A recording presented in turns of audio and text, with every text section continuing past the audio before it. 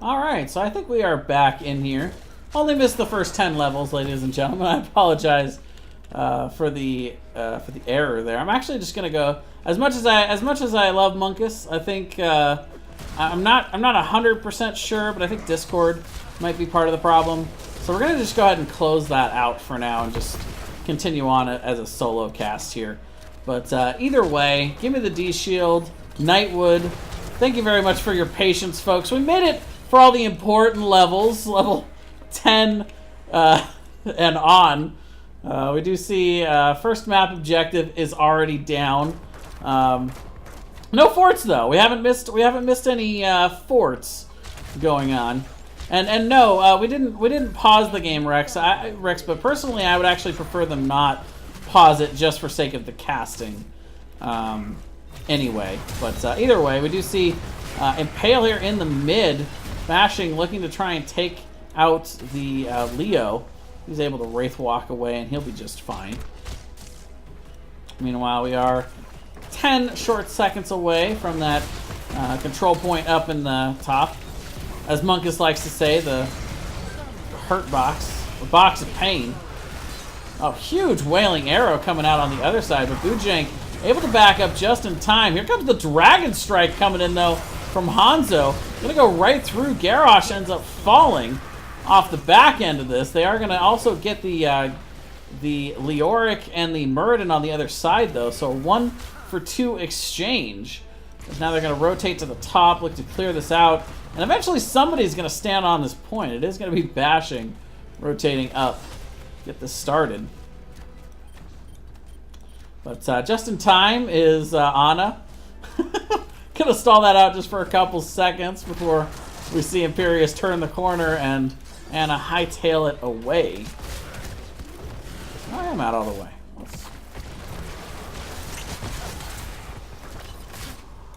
Meanwhile, Camp taken in the top for the side of Gimme the D Shield as well. Gonna provide a little bit of extra lane pressure there as they look to clear that out.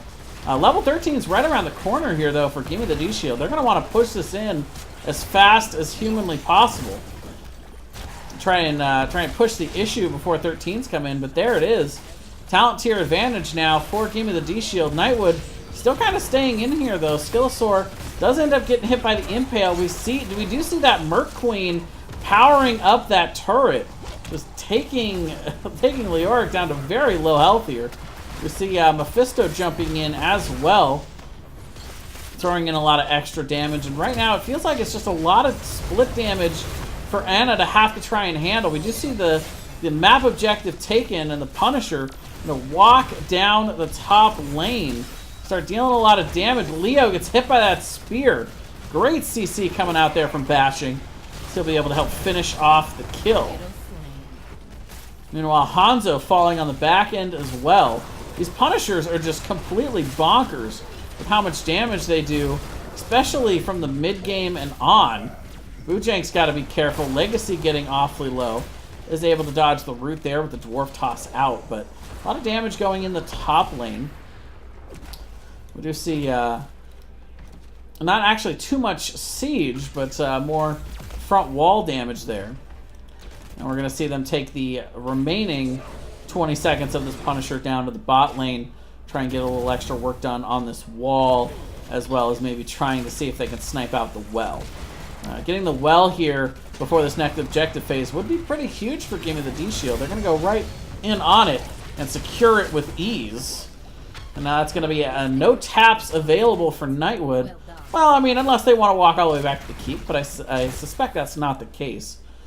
Meanwhile, looking at the heroics here, we do have the Warlord's Challenge along with the Flailing Swipe.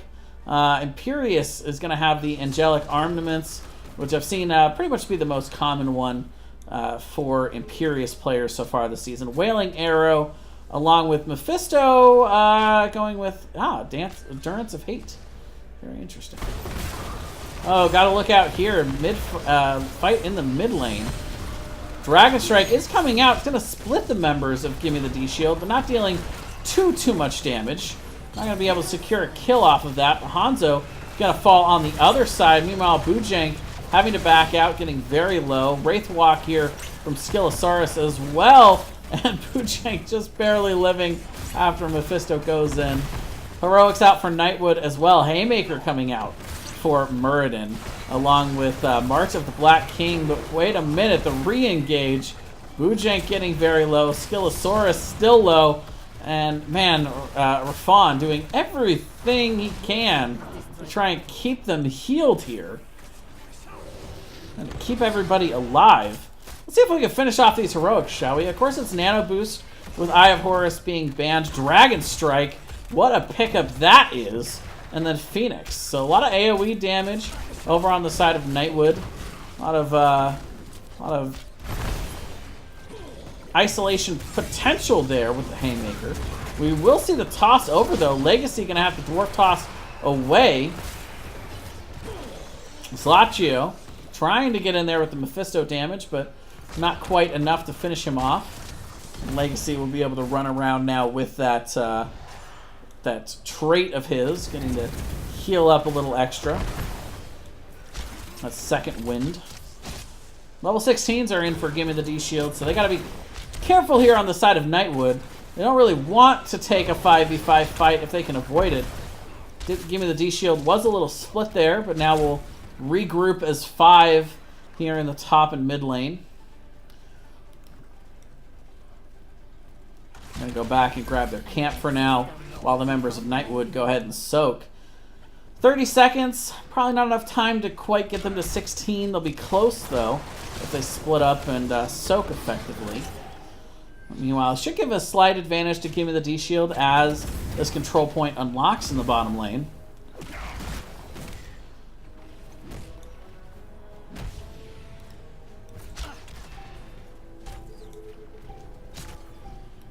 Access terminal online. Secure it to activate the protection. Meanwhile, we are going to see Gimme the D-Shield grabbing their camp, prioritizing the turrets. No big shocker there, as they do have that. Somebody on their side has Merc Queen. I could have sworn I saw it. Huh. Oh yeah, there it is. Mercenary Queen of 4. The symbol I didn't recognize. I was like, does anyone other than Sylvanas on their team even have it? I don't think so. Turret is going to be grabbed on the other side, though, for Nightwood. Level 16s do come into play for them. They've still got quite a bit of time to engage here. We do see the Black Arrow popped by Sam Wise here in the bot lane. They're even going to go ahead and put down one of those turrets. Day, how's it going? Ladies and gentlemen, Ish, a good friend of mine in the chat. Welcome. World of Warcraft player. Don't play a lot of this game, but nice to see her in the chat nonetheless. We do see the huge Warlords Challenge coming down. Comboed there with Mephisto's ults, rooting them in place, but the return kill on the other side for Garrosh. We do see the members of Gimme the D-Shield, though, actually getting the Punisher nonetheless. Rafon is going to end up going down. A 4-for-1 exchange in the bot lane. Gimme the D-Shield rolling here as they're going to go ahead and make it a mega kill. Going to give them a nice level lead, and now they're just going to go ahead and march down this bot lane. Samwise probably still has the Black Arrow. We'll go ahead and pop it here on the wall. Going to shut down these towers very effectively. And we're going to see them walk right on to the keep. Still 20 seconds until all 5 members of Nightwood are going to be back here. So it's going to be very difficult for them to actually defend this keep. Probably not enough for Gimme the D-Shield to go core just yet. However, they could rotate and possibly try for a second keep here in the mid lane, or could look to try and draw Nightwood out into the lane and try and take a team fight. I suspect Nightwood is just going to rotate safely towards that mid keep, try and mount a defense from there. Let's see, a little bit of damage coming down onto Hanzo, nothing that Ana can't handle though. They're looking to poke on the back end with Garrosh not quite here. They do push a little bit out into the lane. Bujank actually taking a decent amount of damage there.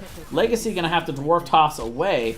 And now level 20s come in right as that Punisher goes down. So pretty much a 0 engage window for Nightwood. But on the other side, Gimme the D-Shield going to go ahead and engage. They do have the Black Arrow shutting down the keep as we see Hanzo going down there to the ult from Imperius. And the double rings coming in for Zlachio as well, just dealing a ton of damage to Nightwood. We're going to see the Phoenix coming out on the other side as they look to counter-engage. The keep is going to end up falling. Mephisto falling along with it, though. Huge 60-plus second timer. Well, it's good to see you at least play it every now and then-ish, you know. Feel free to join us at any time. It'd be a fun time playing this game with you as well. We will see the rotation down to bot here. Nightwood going to mainly have to focus on trying to get these level 20s. They're at a bit of a disadvantage when it comes to the rest of these map objectives. They're going to have to focus on clearing as much as trying to cap these points when it comes to the control point phases. Meanwhile, the side of Gimme the D-Shield just rotating through their camps, picking up everything they can, trying to be nice and ready. Legacy actually going to come out and check the bush. The spear comes out. He's taunted. We'll still have the Dwarf Toss out, however. He was on the other side of that silence, so was able to get the toss still. We'll see the Dragon Strike coming through. Going to find a little bit of damage on Garrosh, but not too much with the armor in play there. Meanwhile, top lane starting to push into that fort. Hanzo will rotate up to top. Should have a pretty easy clear. At this point in the game, it's got a lot of extra in terms of the actual wave clear potential. Oh, but the engage is huge here. They're able to find the Hanzo in the top as they turn off the fort. Wraith walk out. Bujank also going to make it through the gate there to safety.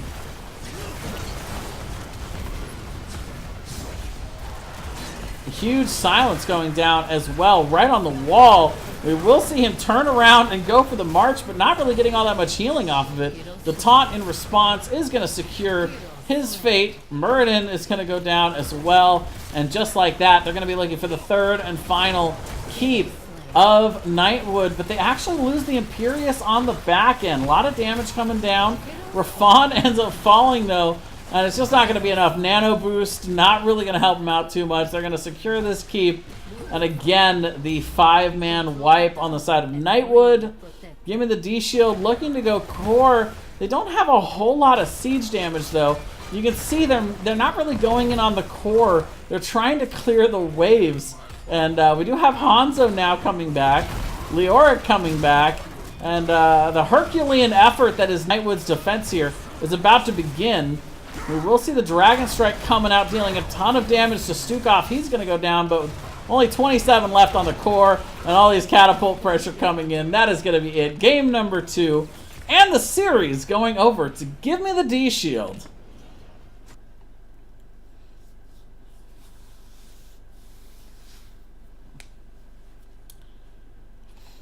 Alrighty then, folks. Again, I want to apologize for the technical difficulties. But hey, we actually got some stats to load up this time, so that's some progress. We are going to see just a massive amount of healing from both Stukov and Anna this game. Very respectable numbers on both sides of the battlefield. I think the biggest thing to take away just from looking at the stats, not seeing the whole game, of course, but just taking a look at the stats, we do see quite a lot of kills coming out from both Mephisto and actually Garrosh. A lot of those setups, and just look at the damage coming out here from Zlachio. Just a pretty incredible amount of siege and hero damage, and securing 7 out of the 21 kills for the side of Gimme the D-Shield. Give you guys a quick snapshot of these talents. And I want to apologize for the teams as well. It seems like my Discord might be causing some of these DC issues. So I'm going to go ahead and forego the interview for now. And I guess we're just going to wrap up the night. You know, I want to thank Monkus for coming on and casting with me through that first match before the whole world ended there. But mainly, I just want to thank all of you guys for coming out and watching tonight. It's been a great first week of NGS.